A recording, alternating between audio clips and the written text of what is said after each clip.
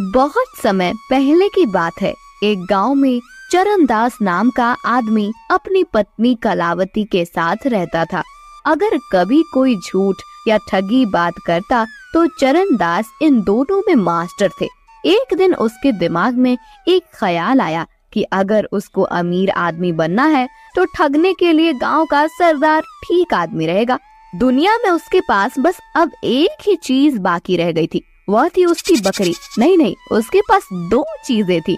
अगर तुम उसे गिनो तो क्योंकि साथ में उसकी पत्नी भी तो थी। एक दिन उसने अपनी पत्नी से कहा, मैंने अमीर बनने के लिए एक तरकीब सोची है। उसमें तुमको और बकरी दोनों को मेरी सहायता करनी पड़ेगी, क्योंकि अब केवल तुम दोनों ही मेरे पास रह गए हो और तुम तो मेरे लिए बहुत ही कीमती हो। खास करके इस समय अपनी तरकीब को काम में लाने के लिए मुझे तुम्हारे सोने के हार की जरूरत पड़ेगी, जो मैं अपनी बकरी को दूंगा। जी ठीक है, आप जैसा बोलोगे मैं वही करूंगी, लेकिन इस बात का ख्याल रखना कि वो हार तुम्हारी माँ यानी मेरी सास की आखिरी निशानी है। अगले दिन उसने अपनी पत्नी का सोने का हार लिया और उसके कई छोटे छोटे टुकड़े कर दिए। उनमें से एक टुकड़ा उसने बकरी के चारे में मिला दिया। बाद में जब बकरी ने लीद की तो उसमें वह सोने का टुकड़ा चमक रहा था। उसने फिर एक बार बकरी के चारे में एक सोने का टुकड़ा मिला दिया और बकरी को लेकर वह गांव के सरदार के घर पहुंचा और आवाज लगाई, सरदार की जय हो, सरदार अमर रहे। कहो मेरे बच्चे, कैसे आना हुआ? सरदार, मेरे पास एक बहुत ही खास खबर है जिससे आप सबसे अमीर आदमी बन सकते हो। तब तुम ये खबर अपने पास ही रखकर खुद ही अमीर क्यों नहीं बन जाते? क्योंकि इतनी अमीरी तो केवल सरदारों को ही अच्छी लगती है। जहांपना, अगर मैं इतना अमीर बन गया तो मुझे यकीन है वह खजाना मुझसे आप ले लेंगे। इसलिए मैंने यह सोचा कि उसे मैं आपको अपने आप ही दे दूं। चरणदास, तुम बहुत ही अक्लमंद आदमी हो। बताओ क्या खबर है? चरणदास ने अपनी बकरी और उसकी लीद सरदार को दिखाई। सरदार को ऐसी बकरी देखकर बहुत आश्चर्य हुआ जो अपनी लीद में सोना निकालती है। इससे पहले ही वह अपने आश्चर्य पर काबू पाता कि इतने में बकरी ने फिर से लीद दे दी और उसमें भी सोने का एक टुकड़ा चमचमा रहा था। तुम इस बकरी का क्या लोगे? और देखो, एक दाम बताना, क्योंकि तुम जानते हो कि मैं तुमसे ये बकरी बिना कुछ दिए भी ले सकता हूँ। मैं हमेशा ठीक ही बोलता हूँ जहांपना, आपके एक बहुत ही छोटे नौकर की हैसियत से मैं इसका दाम केवल 100 सोने के टुकड़े और 100 चांदी के टुकड़े मानता हूँ। चरणदास, तुमको 100 सोने के टुकड़े और 100 चांदी के टुकड़े मिल जाएंगे। चरणदास को तो विश्वास ही नहीं हुआ कि सरदार इतना दयालु था। चरणदास फिर बोला, जहांपना, कोई आपका सोना चोरी न कर ले, इसलिए आप बकरी को अलग ही रखना और अपने बहुत ही खास आदमी को उसकी रक्षा के लिए रखिएगा। इतना कहकर वह वहाँ से चला गया। 4 दिन बाद उस बकरी को जहाँ रखा गया था वह जगह उसकी लीद से भर गई। सरदार के नौकरों ने वह पूरी लीद छान मारी, पर उनको सोने का एक टुकड़ा भी नहीं मिला।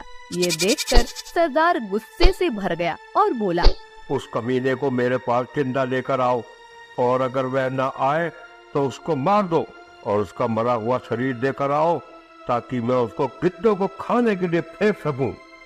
चरणदास तो इसके लिए पहले से ही तैयार था, क्योंकि उसको मालूम था कि सरदार उसको बुलाएगा, क्योंकि उस बकरी की लीद में सोना तो निकलना ही नहीं था। उसने अपनी पत्नी को अपना प्लान पहले से ही बता दिया। कलावती, जब हम सरदार के पास जाएंगे, जो कुछ भी मैं तुमसे कहूँ उस हर बात पर बहस करना और उसको काटना। इस तरह हम आपस में लड़ेंगे और वहाँ से आके मैं देख लूंगा। जी ठीक है, आप जैसा बोलोगे मैं वही करूंगी। उसने एक थैली में खून जैसा लाल रंग लिया और अपनी पत्नी के पेट पर बांध दिया। जैसे ही सरदार के आदमी उसके पास आए, उसने अपनी पत्नी को भी साथ लिया और उनके साथ चल दिया। सरदार के घर आकर चरणदास ने सलाम किया और बोला, सरदार की जय हो, सरदार अमर रहे। जहांपना, आपने मुझे बुलाया? चरणदास, तुमने तो कहा था कि तुम्हारी बकरी अपनी लीद में सोना निकालती है। मैंने उसको तुम्हारे कहे अनुसार 4 दिन तक एक अकेली जगह में रखा, पर मुझे उसकी लीद में सोने का एक टुकड़ा भी नहीं मिला। जहाँपना, पर मैंने तो आपसे यह केवल कहा नहीं था, बल्कि करके भी दिखाया था। उसकी पत्नी बोली, सरदार, इसने आपको धोखा दिया था। बकरी की लीद से कोई सोना वोना नहीं निकलता। चरणदास चिल्लाया। चुप रह झूठी। कलावती ने भी जवाब में कहा, तुम झूठे हो। चरणदास ने गुस्सा होने का बहाना करते हुए अपनी पत्नी को बहुत डांटा। फिर उसने अपना छोटा सा चाकू निकाला, उसके पेट पर लिपटा हुआ वह थैला काट दिया। इससे इस थैले में भरा सारा खून फर्श पर बिखर गया और उसकी पत्नी जमीन पर गिर पड़ी। यह देखकर सरदार चिल्लाया, तुमने अपनी पत्नी को मार दिया? आपने मुझे बुलाया था ना? क्यों बुलाया था? जल्दी बताइए, ताकि मैं अपनी पत्नी को फिर से जिंदा कर सकूं। सरदार ये सब देखकर परेशान था। वह बोला, तुमने अभी अभी एक इतना बड़ा जुर्म किया है और तुम मुझसे पूछ रहे हो कि मैंने तुमको यहाँ क्यों बुलाया? भूल जाओ कि मैंने तुमको यहाँ बुलाया है। तुमने अपनी पत्नी को मारा है। तुमने एक भयानक जुर्म किया है, वह भी मेरी आंखों के सामने। अब तुम उसकी सजा भुगतने के लिए तैयार हो जाओ। चरणदास ने तुरंत ही एक गिलास भरकर पानी मांगा। सरदार ने पानी मंगवा दिया। चरणदास ने उसके ऊपर कुछ शब्द बोले। फिर उसने अपनी गाय की पूंछ का चवर उस पानी में डुबोया और उस पूंछ को 7 बार झटक कर उससे एक आवाज करते हुए वह पानी अपनी पत्नी पर छिड़क दिया। वह बोला, इसका कटा हुआ शरीर ठीक हो जाए और मैं तुझे हुक्म देता हूँ कि तू उठ जा। उसकी पत्नी तुरंत ही उठकर बैठ गई। अब उसका भी कहीं से कटा हुआ नहीं था। गाय की उस पूंछ के चंवर की ताकत को देखकर सरदार ने सोचा कि अगर यह चंवर उसके पास हो तो वह कितना ताकतवर हो जाएगा। वह अपने उन सब मरे हुए लोगों को जिंदा कर सकता है जो मर गए थे। तो वह चरणदास से बोला, मैंने तो कभी ये सोचा भी नहीं था कि मैं अपनी आंखों से ऐसी ताकत देख पाऊंगा। मुझे लगता है कि मैं लीद में सोना निकालने वाली बकरी के बदले यह चंवर लेना ज्यादा पसंद करूंगा। चरणदास, तुम मुझे इसे कितने में बेचोगे? जहाँपना, मुझे यकीन है कि आप जानते हैं यह चंवर इस बकरी से कहीं ज्यादा कीमती है, पर मैं आपको इसे 200 सोने के टुकड़े और 200 चांदी के टुकड़े में दे दूंगा। सरदार ने उस चंवर के दाम चरणदास को दे दिए और वह चंवर उससे ले लिया। एक दिन जब सरदार अपने सलाहकारों के साथ खा पी रहे थे तो उसी समय उसकी एक पत्नी वहां और खाना रखने के लिए आई। तो उसने उन लोगों से कहा, मैं पहले अपनी पत्नी को मार दूंगा और फिर इसे जिंदा करूंगा। तुरंत ही उसने अपनी पत्नी को पकड़कर जमीन पर गिरा दिया और उसका गला काट दिया। उसका एक सलाहकार ये देखकर घबरा गया और चीख पड़ा, सरदार, यह आपने क्या किया? आपने तो उन्हें मार ही दिया। ठीक है, अब हम खाना खाते हैं और पीते हैं। बाद में मैं इसको जल्द ही जिंदा कर दूंगा। पर उसके सलाहकारों को तो चिंता हो रही थी। उन्होंने सरदार को उसे जल्दी ही जिंदा करने को कहा। सरदार ने तब वह चंवर पानी से भरे ग्लास में डुबोया और चरणदास की तरह कुछ शब्द बोले। फिर उसने चंवर को 7 बार हवा में हिलाया और उसका पानी अपनी पत्नी के शरीर पर छिड़क दिया। उसने उसको हुक्म दिया कि वह उठ जाए, पर वह तो वहीं की वहीं पड़ी रही, हिली भी नहीं वहाँ से। उसने वह सब एक बार और दोहराया, पर फिर भी कुछ नहीं हुआ। ये देखकर वह खुद भी डर गया। उसने अपने नौकरों को फिर से चरणदास को लाने के लिए कहा और बोला, अब की बार तो चरणदास को मरना ही पड़ेगा। नौकर चरणदास को सरदार के पास ले आए। इस हरामखोर के हाथ पैर बांधकर डूबने वाली चीज में डाल दो और इसे नदी के सबसे गहरे हिस्से में फेंक दो। उन आदमियों ने चरणदास के हाथ बांधे और एक चमड़े के थैले में डालकर उस थैले का मुंह रस्सी से बांध दिया। फिर वे उसे फेंकने के लिए नदी की ओर चल पड़े। वे सुबह से लेकर शाम तक चलते रहे। अब उनको लघु शंका के लिए जाना था, तो वह थैला उन्होंने सड़क के किनारे रख दिया और एक झाड़ी की तरफ चले गए। इससे पहले कि वे वहां से लौट कर आते, एक व्यापारी अपने गधे पर चढ़कर वहाँ से गुजर रहा था।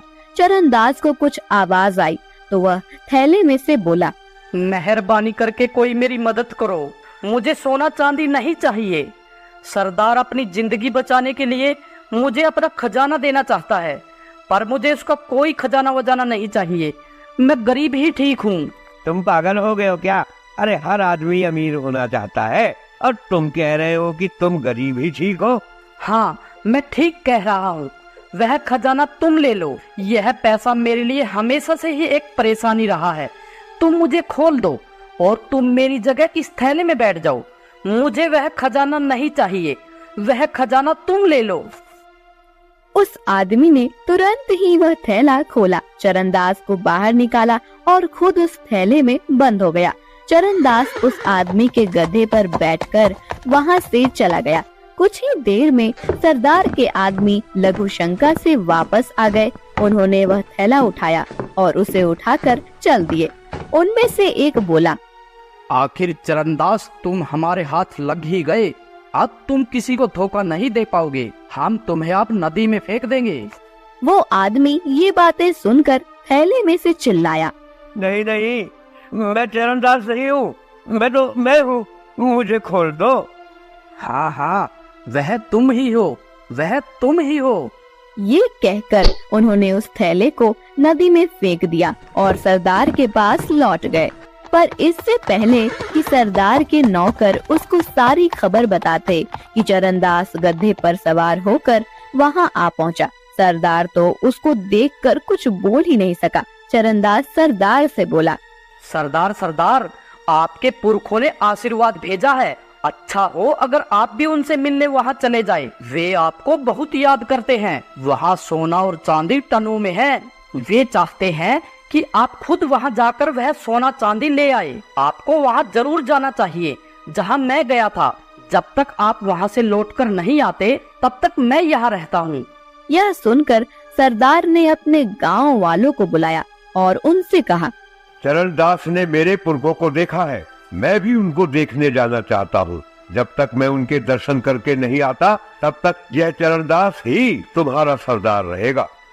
चरणदास ने सरदार के नौकरों से सरदार को वैसे ही चमड़े के थैले में बांधकर नदी के सबसे गहरे हिस्से में फेंक देने के लिए कह दिया।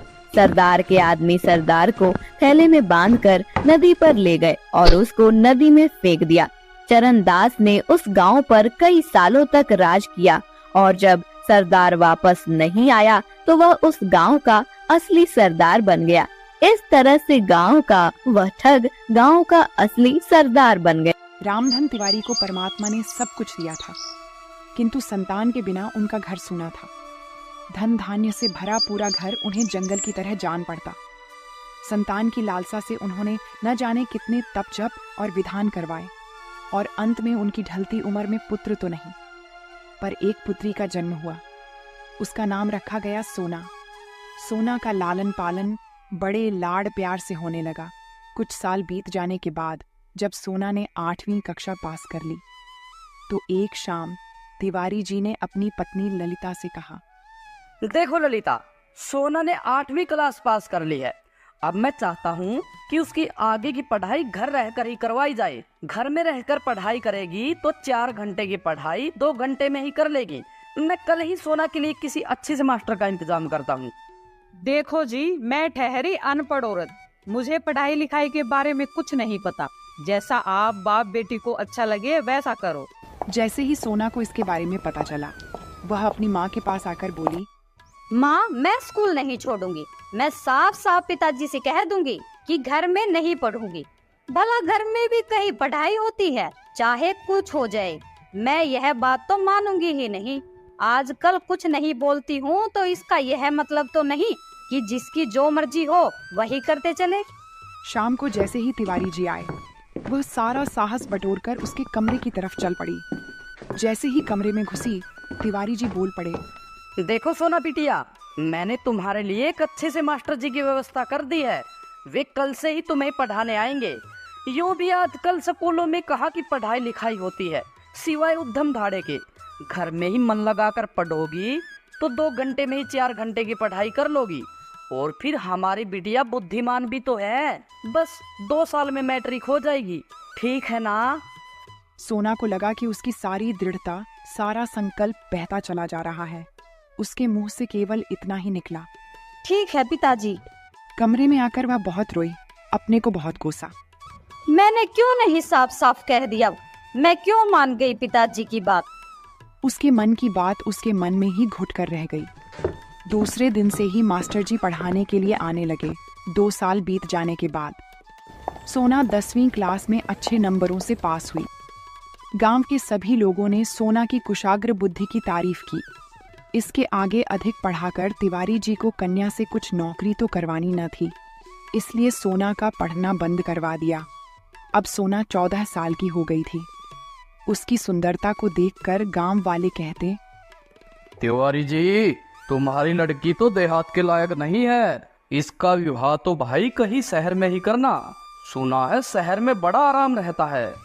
इधर तिवारी जी की बहन जानकी, जिसका विवाह हुआ तो गांव में ही था, किंतु कुछ सालों से शहर में जाकर रहने लगी थी और अच्छा जीवन व्यतीत कर रही थी।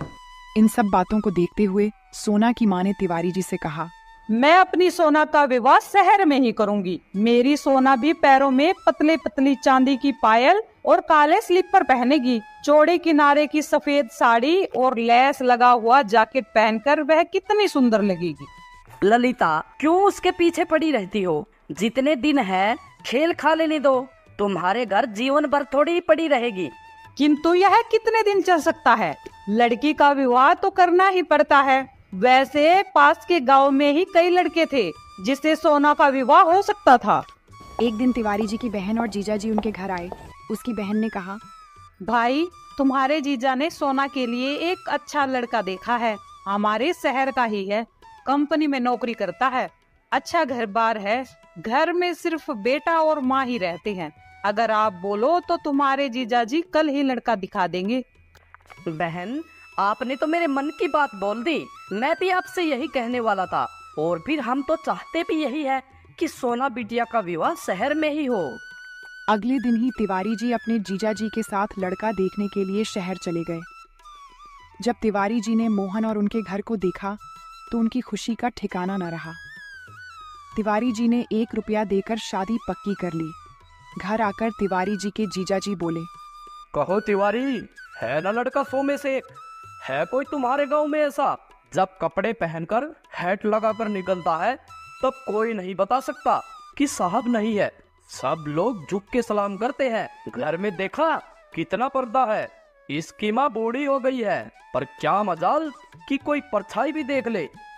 भाई नारायण, मैं तुम्हारे इस उपकार का सदा आभारी रहूंगा। हमारे ढूंढे तो ऐसा घरवार कभी ना मिलता।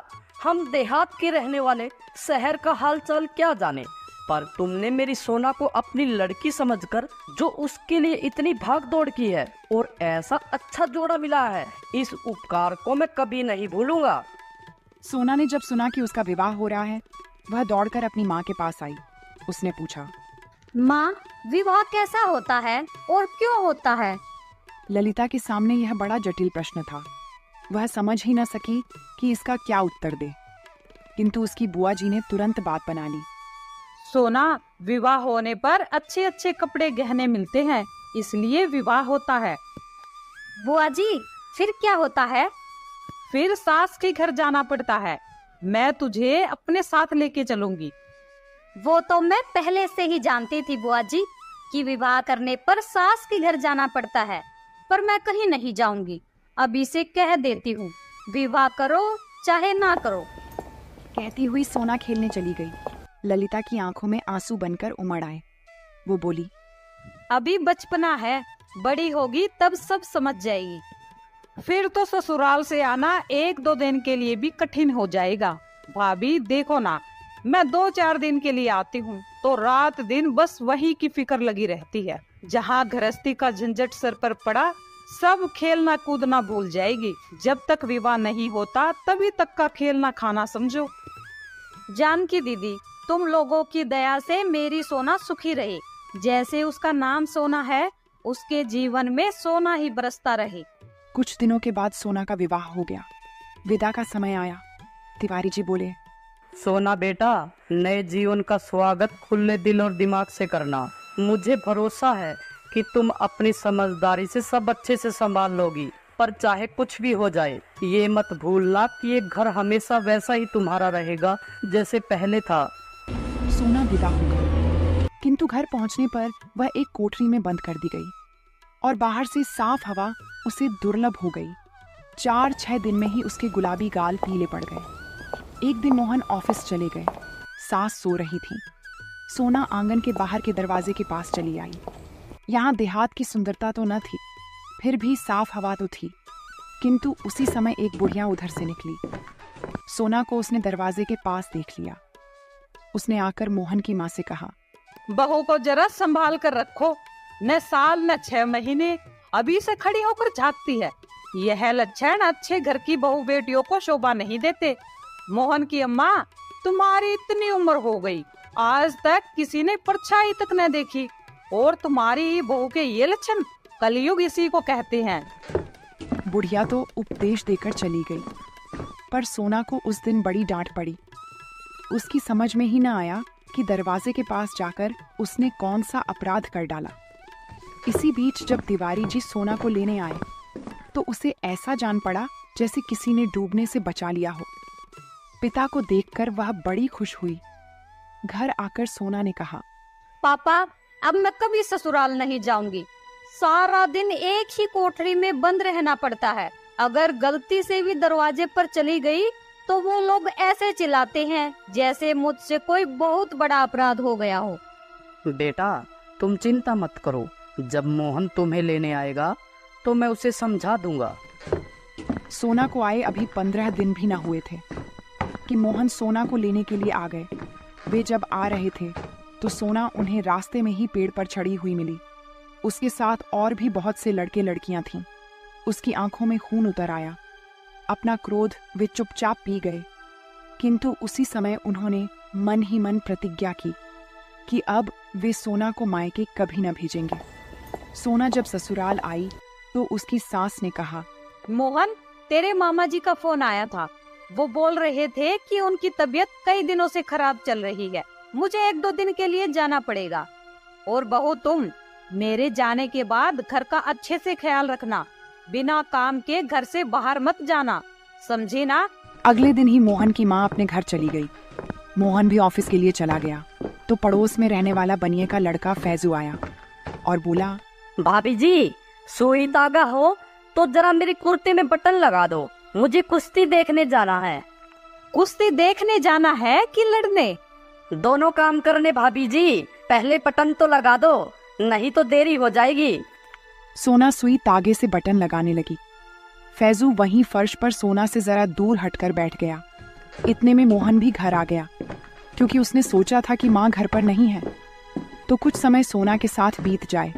लेकिन जैसे ही वो घर में घुसे तो फैजू को सोना के पास बैठा देखकर उनके बदन में आग सी लग गई। वे क्षण भर वहीं खड़े रहे, परंतु अपने गुस्से को चुपचाप पीकर अंदर आ गए। सोना जैसे ही अंदर आई, पति का चेहरा देखकर वह सहम सी गई। उसकी बोहें छड़ी हुई और आंखें गीली थीं। उसने पूछा, जी, आज इतनी जल्दी कैसे लौट आई? सोना, मैंने तुझे कितनी बार बोला है कि इन जैसे लफंगों से दूर रहो, लेकिन तुम मेरी सुनती ही कहाँ हो। ऐसे ही चलता रहा तो एक दिन घर छोड़कर भाग जाऊंगा। इस बार मुझे माफ कर दो। अब तुम जो कहोगे मैं वही करूंगी। यह बात आज क्या तुम पहली बार बोल रही हो? मैं सब जानता हूँ। तुम्हारे कारण मैं शहर में सिर उठाने लायक नहीं रहा। जिधर जाओ उधर लोग तुम्हारी ही चर्चा करते फिरते हैं। मेरे मुंह पर कोई कुछ नहीं कहता तो क्या हुआ, बाद में कानाफूसी करते हैं। तुम्हारे ऊपर तो जैसे इसका कुछ असर ही नहीं पड़ता। जो जी में आता है करती हो। भला यह फैजू तुम्हारे पास बटन लगवाने क्यों आया था? तुम इनकार भी कर सकती थी। जरा सा तो काम था, पड़ोसी धर्म के नाते मैंने सोचा कर देना चाहिए, नहीं तो इनकार क्यों नहीं कर सकती थी। इसी प्रकार जरा जरा सी बातों से बड़ी बातें हो जाया करती है। निभाया करो पड़ोसी धर्म, मगर मेरी इज्जत का ख्याल मत करना। कहते हुए मोहन बाहर चले गए। वह कटे हुए वृक्ष की भांति नीचे गिरकर रोई। रोने के बाद उसका जी हल्का हुआ। उसे अपने गांव का जीवन याद आने लगा। वहां सबसे बोलने बात करने की स्वतंत्रता थी। वहां तो उसकी कभी चर्चा नहीं हुई। मैंने ऐसा कौन सा पाप कर डाला जिसके कारण इन्हें शहर में सिर उठाने की जगह नहीं रही। यदि किसी का कुछ काम कर देना, बोलना या बात करना पाप है, तो यह पाप जाने अनजाने में मुझसे सदा ही होता रहेगा। ऐसे जीवन से तो मर जाना अच्छा है। मैं घर के अंदर पर्दे में नहीं बैठ सकती। रात को सोना चूहे मारने वाली दवा खाकर सो गई। सुबह हुई तो उसकी आंख न खुल पाई। यह ऐसी नींद थी जिसने सोना को सदा के लिए शांति दे दी। तिवारी जी भी उसी दिन सोना को लेने के लिए आ गए, लेकिन जब अंदर से रोने की आवाज आई तो उससे रहा न गया। अंदर जाकर देखा तो सोना की लाश जमीन पर पड़ी थी। कन्या की लाश गोद में लेकर दहाड़े मार मार कर रोने लगे। तिवारी जी इस बीच कई बार सोना को लेने आ चुके थे, किंतु मोहन ने विदा न किया। अंतिम संस्कार के बाद जब मोहन लौटे तो मेज पर उन्हें सोना का पत्र मिला। मेरे पति देवता, मैं मर रही हूँ। मरने वाला कभी झूठ नहीं बोलता। आज तो अंतिम बार विश्वास कर लेना, मैं निर्दोष थी। मुझे ऐसा लगता था कि या तो यह दुनिया मेरे लायक नहीं है या मैं ही इस दुनिया के योग्य नहीं हूँ। आप मेरी एक कठिनाई शायद समझ नहीं सके। एक वातावरण से दूसरे वातावरण में पहुँचने में मैं अपने आप को शीघ्र ही अनुकूल बना लेने में असमर्थ पाती थी। अपने मरने का मुझे कोई अफसोस नहीं। दुख है तो केवल इतना ही कि मैं आपको कभी सुख न दे सकी। आपकी अभागिन सोना। मोहन ने जब पत्र पढ़ा तो उसे बहुत दुख हुआ। उसे लगा कि उसने सोना को ना समझ के जिंदगी की बहुत बड़ी गलती की है, पर अब पछताने से क्या हो सकता था जब सोना ही ना रही।